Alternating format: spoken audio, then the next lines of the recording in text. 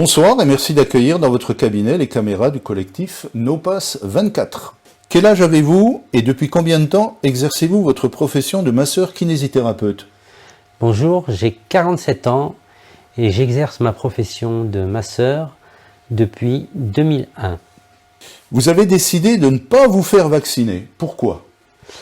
Oui, j'ai décidé de ne pas me faire vacciner pour une première raison, c'est qu'en fait j'ai une pathologie assez lourde de diabète de type 1 que j'ai contracté suite à une vaccination de DT polio. Moi, je suis diabétique à cause d'une pathologie comme ça, Oui.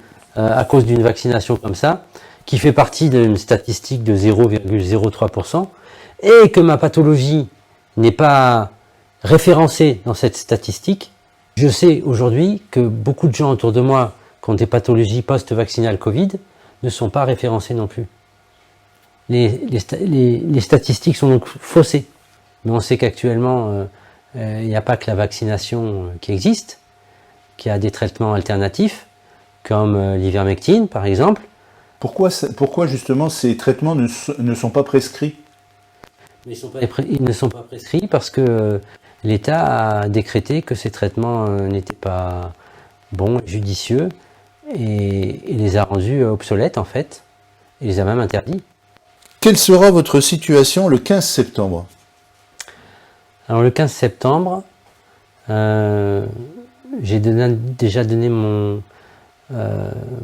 aval à la sécurité sociale et aux ARS qui m'obligent à la vaccination, en leur disant que j'arrêtais mon travail de masseur kinésithérapeute tant que cette situation d'obligation vaccinale perdure. Et j'en suis très affecté et très malheureux pour mes patients, voilà, qui pour certains vont se retrouver en manque de soins, déjà parce que la plupart n'ont pas envie de se battre ou n'ont pas la force de se battre pour trouver quelqu'un d'autre, et puis aussi peut-être parce qu'ils n'en ont pas envie. En tant que professionnel de santé, pensez-vous que le pass sanitaire soit utile? En tant que professionnel de santé, de toute façon, je pense que le pass sanitaire est une catastrophe parce qu'il divise tous les individus. Disons qu'on sait à l'heure actuelle que qu'on soit vacciné ou pas, on a une charge virale quasiment identique. Avez-vous été témoin dans votre entourage ou parmi vos patients de personnes qui ne peuvent plus accéder aux soins à cause du pass sanitaire? Oui.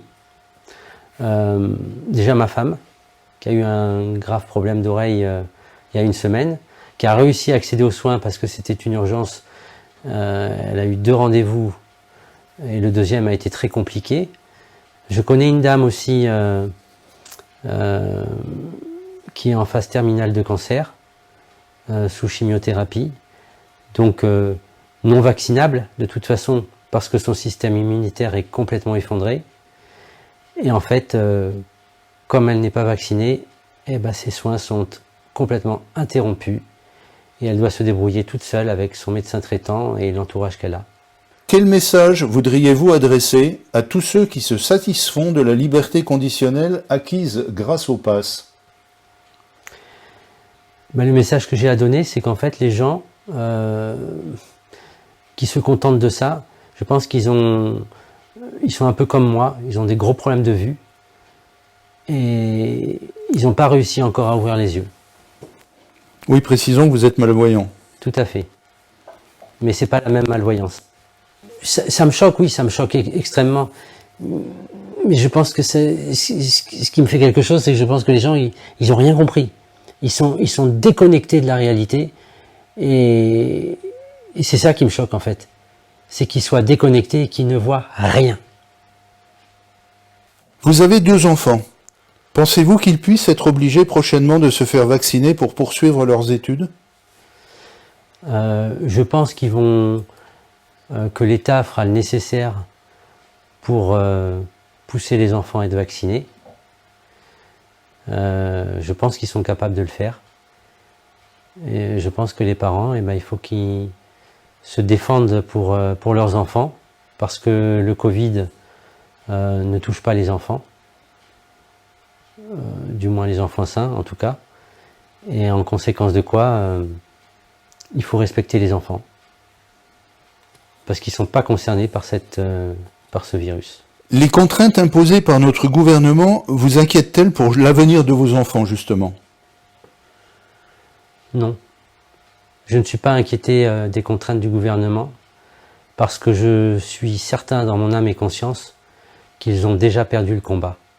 Un dernier message que vous voudriez adresser à tous ceux qui vont visionner cette vidéo, sachant qu'elle va toucher aussi bien des pro-vax que des anti-vax. Covid, bien sûr.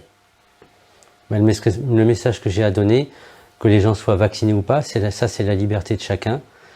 C'est de faire très attention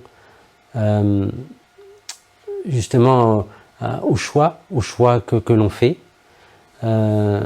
Parce que la plupart des gens qui se font vacciner n'ont pas un consentement éclairé.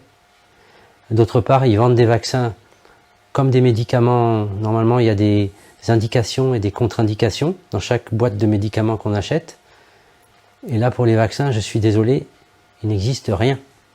Merci d'avoir répondu en toute sincérité à nos questions. Je vous rappelle que vous pouvez suivre le collectif NoPass24 sur Facebook et YouTube.